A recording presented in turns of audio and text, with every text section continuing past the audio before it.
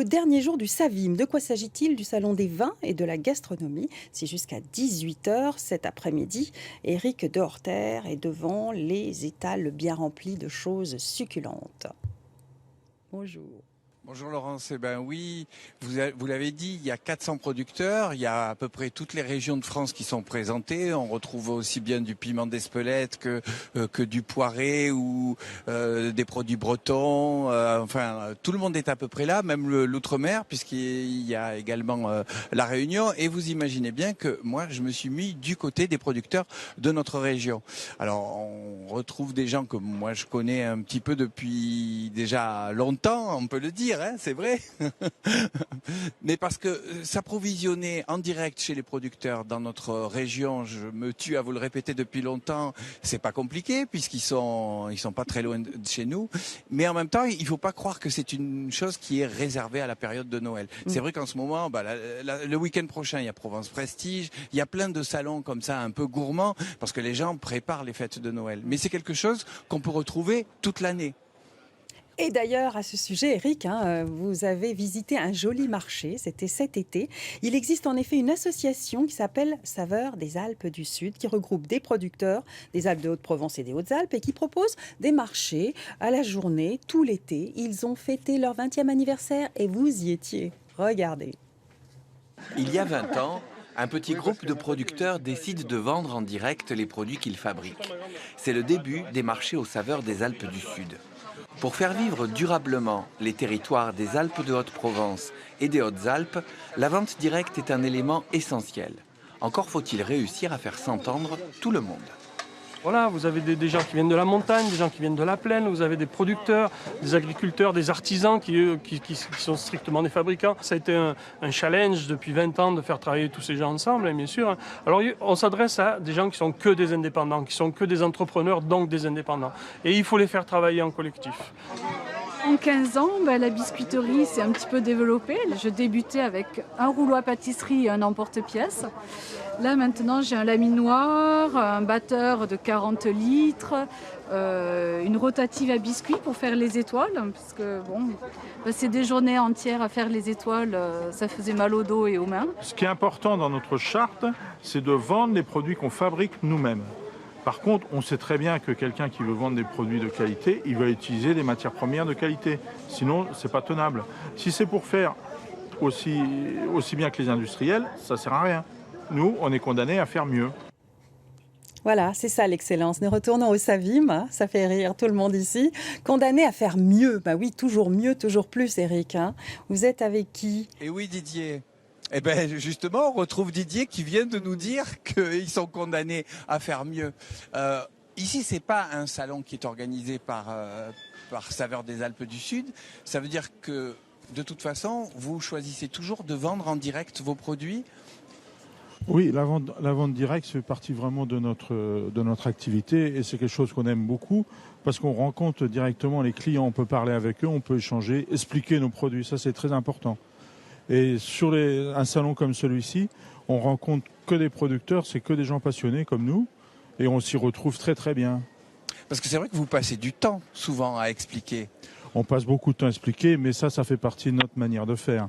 On ne sait pas vendre un produit si on n'explique pas, si on ne transmet pas notre savoir-faire, notre passion. Vous, il y a peut-être quelques maisons de produits de pays où on peut trouver vos produits, mais à part ça, on vous trouve toujours derrière. Oui, alors les maisons de produits de pays, c'est quelque chose qu'on a créé avec à la fois les agriculteurs et les artisans qui vendent les produits, mais c'est vraiment de la vente directe aussi, puisqu'il n'y a pas du tout d'intermédiaire. Les produits sont toujours du producteur. Comment vous choisissez les endroits où vous allez justement? Moi, je choisis en premier les endroits où on retrouve majoritairement des producteurs, parce que c'est un endroit où on se trouve bien, la clientèle aussi s'y retrouve très très bien. Et là, on est tranquille pour expliquer nos produits. Parce qu'il y a quelques années, par exemple, on vous trouvait au salon bio chez Artemisia.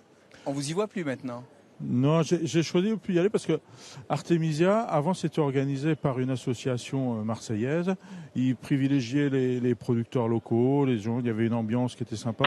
Et depuis, ça a été racheté et le côté local est beaucoup moins présent. Alors ça, Ça, c'est un peu le risque, quoi. C'est que les choses deviennent grosses et que ça devienne des grosses machines. Ah, c'est un risque, mais ça dépend de l'organisateur. Ici, on a un organisateur qui privilégie les producteurs. Même si tout le monde ne vient pas de la région, on n'a que des producteurs. À force, vous connaissez un peu tous, y compris des gens qui sont pas de la région. Est-ce que vous en profitez pour faire vos emplettes, vous aussi? Il y a des échanges? Ah oui, bien sûr, oui, parce que les produits sont d'une qualité exceptionnelle ici. On rencontre rarement autant de qualité. Allez, franchement, est-ce qu'il n'y a pas des gens que vous éviteriez quand même? Non, il y a des gens que vous préférez plutôt que d'autres. Oui, il y a des choses qu'on préfère. Après, on n'aime pas tous les produits. Mais dans l'ensemble, on a une qualité qu'on ne rencontre nulle part ailleurs. Eh bien, merci beaucoup. Je crois que Laurence va continuer à cuisiner, si l'on peut dire, Philippe Colonna, pour en savoir plus. Pour les gens de la région PACA et les autres, d'ailleurs, je vous invite à nous retrouver l'été sur les marchés Saveurs Alpes du Sud, dans les Alpes de Haute-Provence et les Hautes-Alpes. Ben, ça, on a vu que c'était tout aussi sympa qu'ici. Et je précise que c'était à Gréoux-les-Bains, parce que je ne vous l'ai pas dit tout à l'heure. Et donc, je vais cuisiner, comme vous dites maintenant, Philippe Colonna, qui a les yeux très rouges, parce qu'il a peu dormi depuis une semaine en raison des événements. Vous êtes l'organisateur de ce salon, et donc vous avez été un petit peu victime des événements ou pas, au niveau de la fréquentation? Un petit peu, oui, mais pas du tout comme on le craignait, disons. On était dans l'inconnu. On ne savait pas ce qui allait se passer. On entendait des moins 40, moins 50, moins 70% dans certains salons. Alors c'était l'inconnu. Puis finalement, les choses se sont très bien passées. À l'heure qu'il est, hier soir, on était à moins 10% seulement de visiteurs. Aujourd'hui, il devrait y avoir un lundi beaucoup plus fort que l'année dernière, parce que les gens ont eu un petit peu peur du week-end. Ça, c'est normal, de la foule. Mais enfin, les choses sont vraiment bien passées. Je pense que les fidèles sont venus dans l'ensemble. Et puis les nouveaux qu'on entendait, vous savez, on entendait entre 75 et 80 000 visiteurs cette année. Les nouveaux ont peut-être plus hésité, ceux qui ne sont jamais venus au salon, qui voulaient venir pour la première fois. Bon, donc tout va bien. Tout va très bien. Non, franchement, on est agréablement surpris. Bon, ravi pour vous. Alors c'est vous qui avez organisé ce salon, qui fête sa 21e année. C'est vous qui, d'un tout petit salon, a fait grossir énormément. Maintenant, 400 producteurs. Comment vous faites pour tout goûter? Ça se fait sur le temps, c'est un quart de siècle de travail. Il faut être gourmand, mais quand même. C'est la majorité de mes week-ends, parce que tout se passe les week-ends, les salons ont lieu les week-ends, donc je sillonne la France les week-ends, et puis je rencontre les gens, parce qu'il y a deux choses, il y a le produit, puis il y a l'homme. Ce qui fait la force d'un salon, c'est aussi les hommes, et surtout les hommes. Donc il faut avoir des hommes passionnés, des hommes sympathiques, comme on vient de voir là dans le salon. J'ai beaucoup aimé, vous savez ce que je vais dire, les exposants disaient la même chose, cette passion du producteur, c'est très important. Donc voilà, les choses passent comme ça. J'ai un fils qui fait un travail considérable de logistique, d'organisation. Donc je me repose depuis 15 ans sur lui, j'ai plus de problème. Et donc je peux faire la suite de manière détendue, quoi. Alors Philippe Colonna, ce salon est devenu vraiment un soutien pour les petits producteurs. Il faisait allusion, Eric, tout de suite, c'est devenu une grosse machine, donc j'imagine que les stands coûtent assez cher. Est-ce que ça ne va pas être un petit peu le même phénomène que pour les supermarchés, à savoir que, on a dû vous poser la question souvent, je vous vois lever les yeux au ciel, à savoir que tous les petits producteurs vont finalement finir par être exclus, eux aussi, des petits salons, dont c'est la seule vitrine, non ? Surtout pas, surtout pas. Vous savez, il est arrivé, c'est vrai, il y a des petits producteurs qui font des choses magnifiques.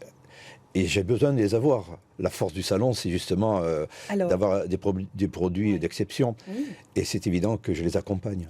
Je ne fais pas un tarif, je fais pas faire le tarif pour des grands champagnes, des grands foie gras pour tout le monde, et un petit apiculteur, etc.